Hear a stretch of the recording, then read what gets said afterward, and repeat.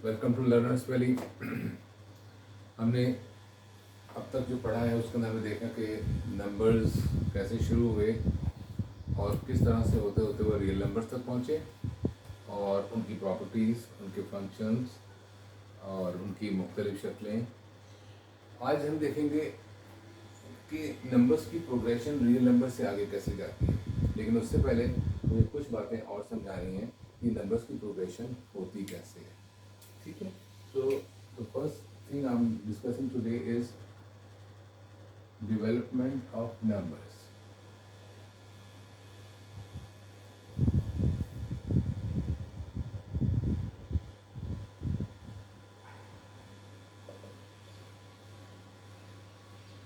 Numbers के develop करने की वजह क्या है, इंसान को कैसे समझ आती है कि वो नंबर्स जो उसके पास हैं, जो सेट उसके पास है नंबर्स का, वो पूरा नहीं है, उसमें कुछ कमी है, कि उसको एहसास कैसे हो।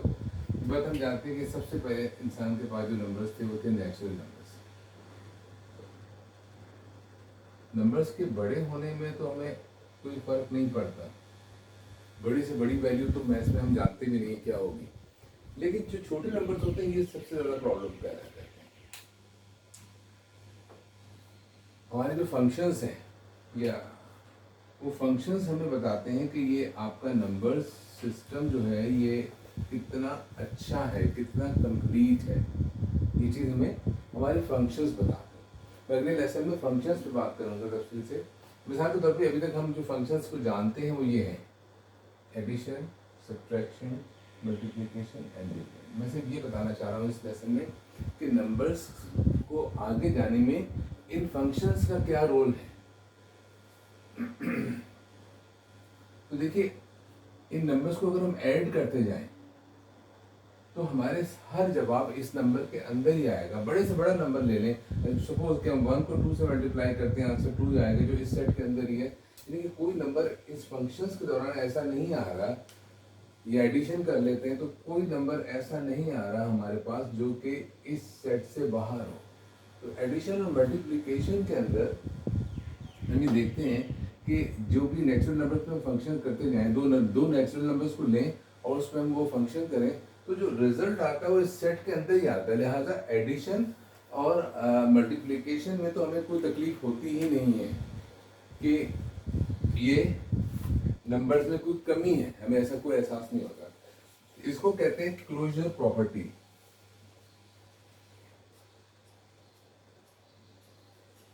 ये क्लोजर प्रॉपर्टी ही चेक की जाती है कि कोई सेट क्लोज्ड है फॉर अ फंक्शन या नहीं है। जैसे कि हम कह सकते हैं कि natural numbers are closed for multiplication. लेकिन नेचुरल नंबर्स में अगर हम मल्टीप्लिकेशन का फंक्शन करते रहेंगे, जो भी नंबर ले लें नेचुरल नंबर्स, बड़े से बड़ा नंबर ले लें, छोटे से छोटा नंबर ले लें, तो जो आंसर आएगा वो नेचुरल नंबर्स ही का हिस्सा होगा। लिहाजा नेचुरल नंबर्स मल्टीप्लिकेशन के लिए क्लोज्ड है। लिहाजा अगर आप मल्टीप्लिकेशन करते रहेंगे तो आपको कभी भी एहसास नहीं होगा कि नेचुरल नंबर्स में कोई कमी है। सेम वे एडिशन करते जाइए तो आप देखेंगे कि नेचुरल नंबर्स में कोई कमी नहीं है, नेचुरल नंबर्स मुकम्मल है। तो ये दो फंक्शंस के लिए नेचुरल नंबर्स क्लोज्ड है। लिहाजा जब किसी सेट में क्लोजर प्रॉपर्टी खत्म हो जाती है, ये पता चलता है कि उसमें क्लोजर प्रॉपर्टी नहीं है किसी फंक्शन के लिए, तो फिर हमें नए नंबर्स की जरूरत पड़ती है। Now let's check subtraction here.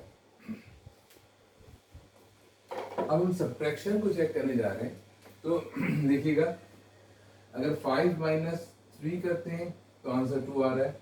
ये सारे के सारे नेचुरल नंबर्स हैं, लिहाजा सब्ट्रैक्शन के लिए तो क्लोजर लग रहा है। कोई भी बड़े से बड़ा नंबर लें, अगर हम किसी भी बड़े नंबर में से छोटे नंबर को सेपरेट करते हैं तो क्या है कि हमारे पास आंसर आ जाता है, नेचुरल नंबर ही में आ जाता है। लिहाजा लगता है कि नेचुरल नंबर्स एक कंप्लीट सेट है सब्ट्रैक्शन के लिए।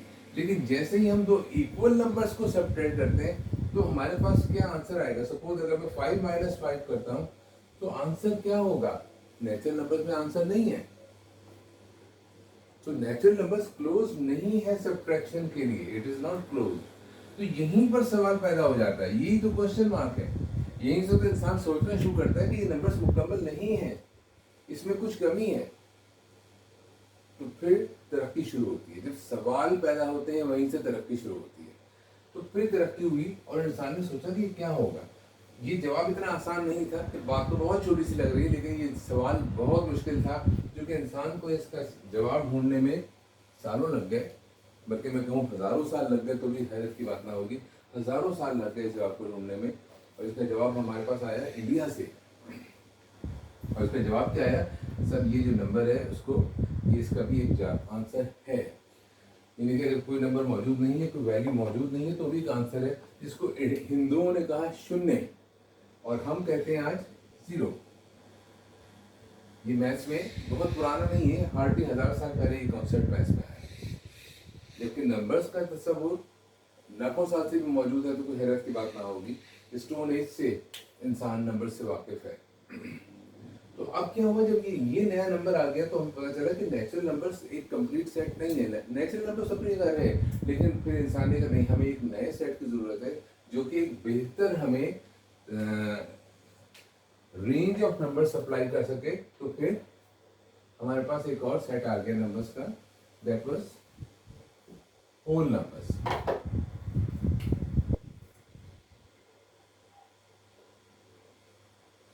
बट होल नंबर्स के अंदर जो सबसे छोटी वैल्यू थी वो चेंज होगी, वो हो गई अब 0, क्योंकि नेचुरल नंबर्स में 1 थी। ये फंक्शंस जो है यही इजाद है की वजह बनते हैं नए नंबर्स की। अब देखिए होल नंबर्स हमारे पास हैं, ये नेचुरल नंबर्स को ही ले लीजिए आप। अब अगर हम डिवीजन करने जाते हैं या फर्दर सब्ट्रैक्शन करते हैं तो क्या देखते हैं कि अगर हम किसी बड़े नंबर में से छोटे नंबर को सब्ट्रैक्ट करते हैं, 5 - 2 आंसर 3 आ जाता है, बड़ी आसान सी बात है। लेकिन अगर मैं 2 - 5 करता हूँ, 2 - 2 करूंगा तो आंसर क्या होगा, 0 इसमें मौजूद है। लेकिन अगर से मैं 2 - 5 करूंगा तो आंसर क्या होगा, अब आंसर इस सेट के अंदर मौजूद नहीं है। अब आंसर क्या आएगा, वी नो दिस आंसर। मगर ये जो क्वेश्चन है यहाँ पर, इस क्वेश्चन ने एक पूरे नंबर्स के सिस्टम को वजूद दिया, नया नंबर आया, और ये सब्ट्रैक्शन की वजह से आया। सब्ट्रैक्शन ने हमें बताया कि ये नंबर्स मुकम्मल नहीं है, वी नीड मोर नंबर्स। तो इंटीजर्स का वजूद हुआ, नेगेटिव इंटीजर्स सामने है। लेकिन ये इंटीजर्स के बारे में मैं बता चुका हूँ आप लोगों को पहले भी कि इंटीजर्स का तस्वुर इजिप्शियंस के पास हजारों साल से मौजूद था। तकरीबन 2000 साल पहले से नेगेटिव नंबर्स का कॉन्सेप्ट मौजूद था, लेकिन जब जीरो इजाद हुआ, जब सब्ट्रैक्शन के ऊपर काम शुरू हुआ, तो फिर लोगों के जहन ने, मैथमेटिशियंस के जहन ने एक्सेप्ट किया नेगेटिव नंबर्स को। नेगेटिव नंबर तो मौजूद थे, लेकिन हम समझ नहीं पाए थे कि नेगेटिव नंबर्स होते क्या है, उनका काम क्या है। बहरहाल, तो जब हमारे पास इसका जवाब आया, हमने नेगेटिव नंबर को समझ लिया, तो पता चला कि इसका जवाब होगा -3। मैं उम्मीद कर रहा हूँ कि आप लोगों को ये मालूम होगा कि जवाब कैसा है ना। जब नेगेटिव नंबर सामने आ गया तो फिर सेट्स का एक नई शक्ल है, सेट एक बहुत बड़ी फॉर्म में आ गया हमारे सामने, और वो बन गया फिर integers, which is denoted by z, that is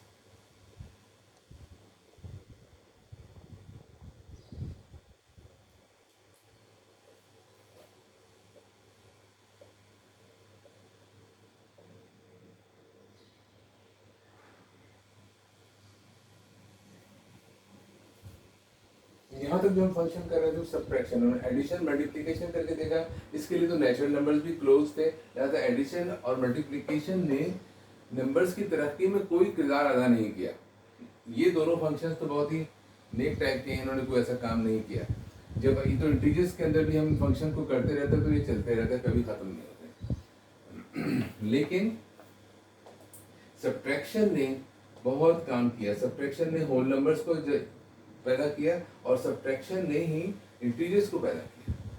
अब चेक कीजिए, किसी भी सेट ऑफ नंबर्स को उठा लीजिए, चाहे वो नेचुरल नंबर्स हो, होल नंबर हो, इंटीजर्स हो, अगर हम डिवीजन करते हैं तो क्या होगा। मिसाल के तौर पे हम 24 को लेते हैं और इसको डिवाइड करते हैं 2 पे, तो जो आंसर आएगा वो भी एक सिंपल नंबर होगा, नेचुरल नंबर है या होल नंबर, इंटीजर्स। इसी 24 को अगर मैं डिवाइड करता हूँ 3 पे, आंसर 8 आ जाएगा। इसी 24 को अगर मैं डिवाइड करता हूँ 4 पे, तो आंसर 6 आ जाएगा। Same 24 I am dividing with 6 you will get answer 4। इसी 24 को अगर हम डिवाइड करें 8 पर तो आंसर आ जाएगा 3। इसी 24 को हम डिवाइड करें 12 पे तो आंसर आ जाएगा 2। सेम है, देख रहे हैं कि 24 मैंने एक नंबर चूज किया ऐसे ही, क्योंकि इसके मल्टीपल्स बहुत ज़्यादा नहीं, लिहाजा 24 को चूज किया कि बहुत सारे एग्जाम्पल इसके मौजूद है हमारे पास। तो अब देख रहे हैं कि इसके बहुत सारे फैक्टर्स हैं, 2, 3, 4, 6, 8, 12, जिसको कंप्लीटली डिवाइड करते चले जाए। ये सारे इसके फैक्टर्स हैं, फैक्टर्स और डिवाइजर हम पढ़ चुके हैं पहले। तो ये सब फैक्टर्स हैं 24 के, जिसको कंप्लीटली डिवाइड कर रहे हैं। तो यहाँ तक तो डिवीजन ने कोई प्रॉब्लम पैदा नहीं की है। हमने तमाम नेचुरल नंबर्स यूज किए हैं, आंसर भी नेचुरल नंबर्स में आ रहे हैं, तो this is looking very simple. लेकिन मैंने इसमें बीच में नंबर स्किप किए, 2, 3 के बाद मैंने 5, 4 लिया, 6 ले लिया, 5 नहीं लिया, 7 नहीं लिया, 9 नहीं लिया। लेकिन जैसे ही मैं 24 को 5 से डिवाइड करने की कोशिश करूंगा तो क्या होगा? अगर मैं 24 को डिवाइड करता हूँ 5 पे तो आंसर क्या आएगा? अब आंसर क्या कोई नेचुरल नंबर आएगा, क्या कोई इंटीजर आएगा, या कोई होल नंबर आएगा? तो ऐसा नहीं हो पाएगा। अगर हम इसको कैलकुलेट करें सिंपल कैलकुलेटर की वजह से, तो इसका आंसर क्या होगा? 4.8 डेसिमल फॉर्म में। लेकिन अगर हम इसको फ्रैक्शन की फॉर्म में लिखना चाहें तो हम वो भी लिख सकते हैं, दैट विल बी 24 over 5। ये दोनों ही नंबर, चाहे ये हो चाहे ये हो, ये नंबर्स किसी भी सिस्टम का हिस्सा नहीं है। ना ही नेचुरल नंबर्स का हिस्सा है, ना ये होल नंबर्स का हिस्सा है, और ना ही ये इंटीजर्स का हिस्सा है। ये नंबर्स अब तक के जो डेवलपमेंट नंबर्स की हुई उसका हिस्सा नहीं है। तो डिवीजन ने एक नया सिस्टम डेवलप किया कि ऐसे नंबर्स भी मौजूद हैं जो इंटीजर्स के अंदर भी नहीं है। वो नंबर मेनली क्या है, उसको हम फ्रैक्शन कहेंगे। मेन की है फ्रैक्शन। फ्रैक्शंस, और फ्रैक्शंस की शक्लें बहुत सारी हो सकती हैं। वो इस डेसिमल की शक्ल में भी आ सकते हैं, वो नॉन टर्मिनेटिंग डेसिमल है, वो रिपीटिंग डेसिमल है, वो रिकरिंग डेसिमल है, जो भी हैं ये सारे के सारे जो फ्रैक्शन में चले जाते हैं। वो जो फ्रैक्शन में नहीं जाते वो उनको हम अलग कर रहे हैं। तो फ्रैक्शंस का वजूद आया हमारे सामने। फ्रैक्शंस ने एक नया सिस्टम डेवलप किया हमारे लिए कि हर वो नंबर, क्योंकि जितने भी नंबर्स हमारे पास होल नंबर में जो नेचुरल नंबर्स हैं उनको भी हम फ्रैक्शन की फॉर्म में लिख सकते हैं। 4 है तो 4/1 हो गया, 5 है तो 5/1 हो गया, -9 है तो 9/1। हर इंटीजर फ्रैक्शन की शक्ल में आ सकता है। लेकिन ये डेसिमल जो है इसको भी हम फ्रैक्शन की शक्ल में लिख सकते हैं। तो ऐसे बहुत सारे नंबर्स हैं इनको हम फ्रैक्शन की फॉर्म में लिख सकते हैं। तो ऐसे तमाम नंबर्स जो फ्रैक्शन बन सकते हैं, फ्रैक्शन है नहीं, जो फ्रैक्शन बन सकते हैं, जो फ्रैक्शन की शक्ल में आ सकते हैं, उन्हें हमने एक ही नाम दे दिया, वो कहा they are all rational numbers.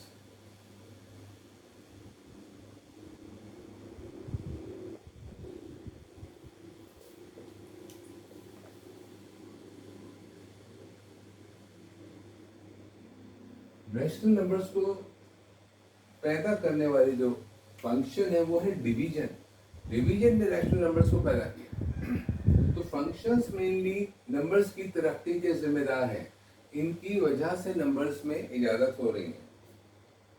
इसके बाद में और भी फंक्शंस आए। अब मैं फंक्शंस को यहाँ से हटा रहा हूँ फिलहाल। बहुत सारे ऐसे नंबर भी आए हमारे पास, जो रैशनल नंबर का एक कंप्लीट सेट हमारे पास आया। मैं फंक्शंस को वर्ड इसलिए हटा रहा हूँ कि यहाँ पे फंक्शंस की डेफिनेशन को जाने बगैर इसको इस्तेमाल करना थोड़ा सा मैथ्स के साथ जाती हो जाएगी। तो स्क्वायर रूट आया हमारे पास। स्क्वायर रूट ने बहुत सारे नए नंबर्स को पैदा किया। इनमें इसकी मिसाल मैं दूं तो सर्ड्स हैं, ठीक है। इसके अलावा कुछ ज्योमेट्रिकल कॉन्स्टेंट्स हैं,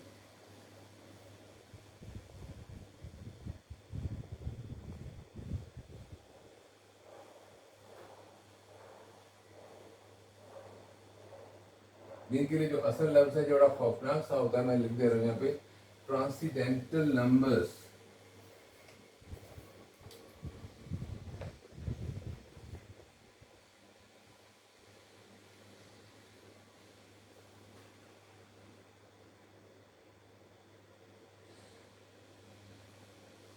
ऐसे नंबर्स जो कि फ्रैक्शन की फॉर्म में कभी नहीं आ सकते, ये फ्रैक्शन डेसिमल की फॉर्म में रहते हैं, बहुत बड़े बड़े डेसिमल है, नॉन रिपीटिंग डेसिमल्स। सर्ड्स को भी अगर हम चाहें फ्रैक्शन में लाना तो नहीं ला सकते, क्योंकि नॉन रिपीटिंग डेसिमल बन जाता है।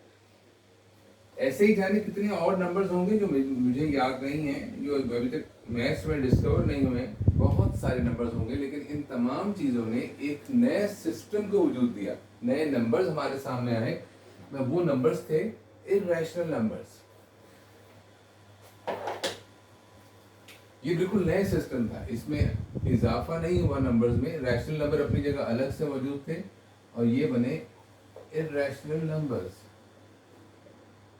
इर्रेशनल इनको क्यों कह रहे हैं? क्योंकि ये रैशनल नहीं है, ये रैशनल नंबर्स नहीं है। इर्रेशनल तो इसका जो निशान है वो मैंने बताया था, क्यू के ऊपर हम एक डैश लगा देते हैं बहुत क्लियरली, ये इस तरह से, ये निशान है इर्रेशनल नंबर्स।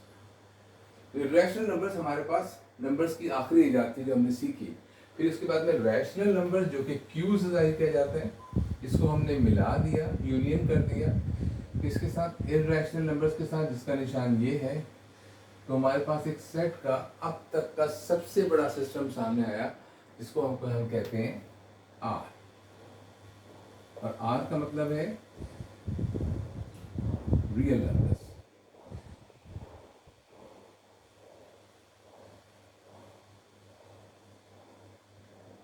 रियल नंबर्स, अब तक के जो हमने नंबर सीखे उसके अंदर फ्रैक्शन सारे आ गए, सारे के सारे ये irrational number, transcendental numbers, answered, ये सारे के सारे नंबर्स जितने भी पॉसिबल थे उनको हमने इर्रेशनल नंबर में शामिल किया।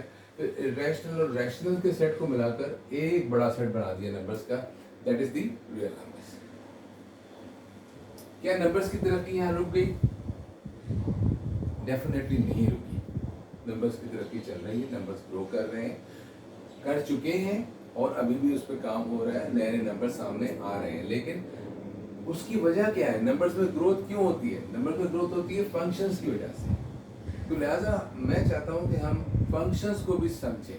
तो हमारा जो नेक्स्ट लेसन होगा उसमें हम फंक्शंस पे बात करेंगे कि फंक्शंस क्या होते हैं, एक बिल्कुल सिंपल तरीके से और एक आसान ज़बान में, इतना कि आप लोग नंबर्स की तरक्की में, नंबर्स की ग्रोथ में हम फंक्शंस के रोल को समझ सकें। तो हमारा नेक्स्ट लेसन होगा फंक्शन समझाएं। Thank you very much.